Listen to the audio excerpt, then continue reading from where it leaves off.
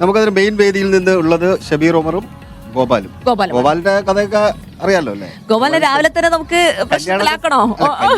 സന്തോഷം. ഓക്കെ, ശരി ശരി. എന്തെങ്കിലും ചോദിക്കാണ്ടെങ്കിൽ ഇപ്പൊ തന്നെ ചോദിച്ചോളൂ. അപ്പൊ നമുക്ക് ആദ്യം ഗോപാലിലേക്ക് പോകാം. ശരി ഗോപാൽ, ഗുഡ് മോർണിംഗ്. അപ്പോ നമുക്കിങ്ങനെ രാവിലെ തന്നെ ഇങ്ങനെ എത്തി വരുന്നു, നമ്മളിങ്ങനെ ആകെ ഒരു സന്തോഷമാണ്, ആകെ നഗരം മുഴുവൻ ഒരു ചിൽ വൈബാണ്. അപ്പൊ പക്ഷെ ഗോപാലിനെ കണ്ടപ്പോഴേ ഇന്നലെ ഒരു അത്ര അങ്ങോട്ട് ഹാപ്പി അല്ലാത്ത പോലെ തോന്നിയത് എനിക്കങ്ങനെ തോന്നി. ഗോപാൽ, ഇവരൊക്കെ പറയുന്നത് സേഫ് ഒക്കെ പറയുന്നത് കല്യാണം കഴിഞ്ഞ ശേഷം ഗോപാൽ അത്ര ഹാപ്പി അല്ല എന്ന് പറയുന്നുണ്ട്. വെറുതെ പറയണമെന്ന് എനിക്കറിയാം, എന്നാലും ഒന്ന് ഞാൻ ചോദിക്കാം, അങ്ങനെ എന്തെങ്കിലും ഹാപ്പിനെസ്സിന് കുറവല്ലോ ഉണ്ടോ? അത് തിരിച്ച് സംഭവം എന്താണെന്നറിയോ, ഞാൻ അധികം ഹാപ്പിയാണ്. അപ്പൊ ഞാൻ കുറച്ചധികം ഹാപ്പിയാണെന്ന് കാണിച്ചു കഴിഞ്ഞാൽ ഈ അസൂയ, സേഫ് സെയിലാദിനെ പോലെയുള്ളവരുടെ അസൂയ ഞാൻ സഹിക്കേണ്ടി വരും. അസൂയ പിന്നീട് പ്രാക്കായി മാറും. ആ പ്രാക്കിന്റെ ജീവിതത്തിൽ വലിച്ചാൽ ഞാൻ എന്ത് ചെയ്യും? അപ്പൊ അതുകൊണ്ട് ഞാനൊന്ന് പുറത്ത് വരാതിരിക്കാൻ വേണ്ടിയുള്ള എൻ്റെ ഒരു ഇടപെടലാണ്. ഒന്നും ഏക്കാൻ പാടില്ല. കണ്ണേറ് തട്ടാതിരിക്കാൻ വേണ്ടിയിട്ടാണ്. അതെ, കണ്ണേറ് തട്ടാതിരിക്കാൻ വേണ്ടി അവൻ അഭിനയിക്കുകയാണ്, നിങ്ങളെ പറ്റിച്ചു. ശരി, അപ്പൊ നമുക്ക് ഷബീറോടെ നമുക്ക് അപ്പൊ അറിയേണ്ടത് ഇന്നത്തെ വിശേഷങ്ങളാണ്. ഇന്നിപ്പോ മെയിൻ വേദിയില്.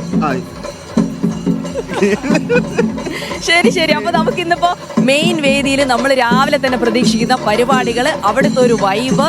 കാരണം നമ്മൾ ആദ്യം തന്നെ മാധ്യമങ്ങളാണ് വൈബ് ഉണ്ടാക്കി തുടങ്ങാറുള്ളത്. അപ്പൊ എങ്ങനെയാണ് കാര്യങ്ങളൊക്കെ പോകുന്നതെന്നൊന്ന് അറിയണം.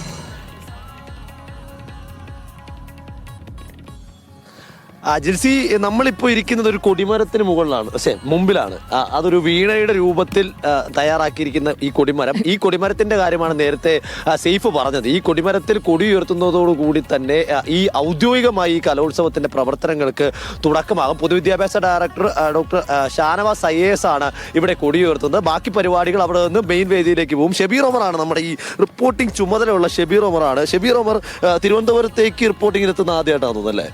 തീർച്ചയായും തിരുവനന്തപുരത്ത് സത്യത്തില് ആകെ IFFK മാത്രമാണ് തിരുവനന്തപുരത്തേക്ക് വന്നിട്ടുള്ളത്. ഇതിനു മുമ്പ് അങ്ങനെ റിപ്പോർട്ടിംഗ് മാത്രമല്ല, ജോലിയുടെ ഭാഗമായിട്ട് പോലും ഇവിടേക്ക് വരേണ്ടി വന്നിട്ടില്ല. അല്ലെങ്കിൽ മറ്റാവശ്യങ്ങൾക്കും അപൂർവമായിട്ട് തിരുവനന്തപുരം വന്നിട്ടുള്ളൂ. ഇന്നലെ വന്നിറങ്ങിയപ്പോഴാണ് തിരുവനന്തപുരം എന്താന്നുള്ളത് ശരിക്ക് കാണുന്നത്. ഇന്നലെ അതിരാവിലെ എത്തി. ഒപ്പം തന്നെ നമ്മൾ പല സ്ഥലത്തും ഇന്നലെ കറങ്ങി. ആ നിലയ്ക്ക് ഇന്നലെയാണ് തിരുവനന്തപുരം ശരിക്കും എക്സ്പ്ലോർ ചെയ്യുന്നത്. IFFK ഒക്കെ വന്നാൽ നമുക്കറിയാലോ, തിയേറ്ററിൽ നിന്ന് തിയേറ്ററിലേക്ക് പോകുന്നു, അത് കഴിഞ്ഞാൽ പോയി കിടന്നുറങ്ങുന്നു. അപ്പം ആ നിലയ്ക്ക് തിരുവനന്തപുരം എക്സ്പ്ലോർ ചെയ്യാൻ പറ്റും. IFFK ഭയങ്കര മാന്യനായ വ്യക്തിയാണെന്നൂടെ ഓർമ്മിപ്പിക്കുകയാണ് അവിടെ, തിയേറ്ററിൽ നിന്നും തിയേറ്ററിലേക്ക് സിനിമ കാണാൻ വേണ്ടി വരുന്നതാണ്. അപ്പൊ ഈ കലോത്സവത്തിന് വന്ന് ശരിക്കും വലിയ സന്തോഷമുണ്ട്. തിരുവനന്തപുരത്ത് വരിക, ഈ കലോത്സവം തിരുവനന്തപുരത്ത് വന്ന് ഈ കലോത്സവം റിപ്പോർട്ട് ചെയ്യാൻ പറ്റുക എന്നുള്ളതിൽ വലിയ സന്തോഷമുണ്ട്. എന്തായാലും ഈ പറഞ്ഞതുപോലെ 9 മണിക്ക് ഈ കൊടിമരത്തിൽ കൊടി ഉയർത്തുന്നതോട് കൂടിയിട്ടായിരിക്കും ഒരു പക്ഷേ ഈ വൈബ് തുടങ്ങുക. അതിനുശേഷം 10 മണിക്ക് മുഖ്യമന്ത്രി, ഒപ്പം തന്നെ മന്ത്രിമാരുടെ വലിയ സംഘം ഇവിടെ ഉണ്ട്. പ്രധാന വേദിയിലാണ് ഇന്നത്തെ ഉദ്ഘാടന ചടങ്ങുകൾ നടക്കുന്നത്. സമാപനവും ഇവിടെ തന്നെയാണ് നടക്കുന്നത്. അപ്പൊ 10 മണിയോടെയാണ് മുഖ്യമന്ത്രി എത്തുക അല്ലേ? അതെ, 10 മണിയോടെ മുഖ്യമന്ത്രി എത്തും. ഏകദേശം എല്ലാ മന്ത്രിമാരും, തിരുവനന്തപുരത്തുള്ളവരല്ല, എല്ലാ മന്ത്രിമാരും ഉണ്ടാകും.